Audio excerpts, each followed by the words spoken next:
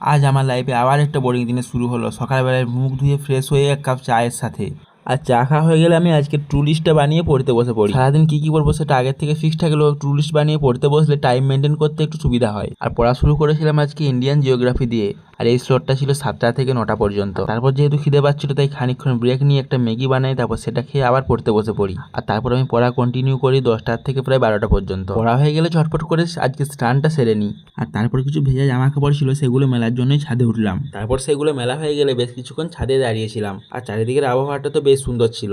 আর তার কিছুক্ষণ পরে আমি নিচে চলে আসি, আর দুপুরের খাওয়া দাওয়া কমপ্লিট করে আমি আবারও পড়তে বসে যাই। আর এইভাবেই পড়া কন্টিনিউ করে আমি বিকেল 4টা পর্যন্ত। আর এর মাঝে একটু ঘুম ঘুম পাচ্ছিল তাই কিছুক্ষণের জন্য একটু ব্রেক নিয়েছিলাম। সো বিকেলবেলা আমি একটু ঘুরতে বেরিয়েছিলাম, আর আমাদের গ্রামের এই দিকের ভিউটা তো জাস্ট অসাধারণ লাগছে। সন্ধ্যাবেলায় বাড়ি এসে দেখি মা নারকেল দিয়ে লাড্ডু বানাচ্ছে, তো সেটা খেতে খেতে আজকের ভিডিওটা আমি এখানেই শেষ করে দিই। দেখা হচ্ছে নেক্সট ভিডিওতে, ততক্ষণের জন্য সবাইকে টাটা।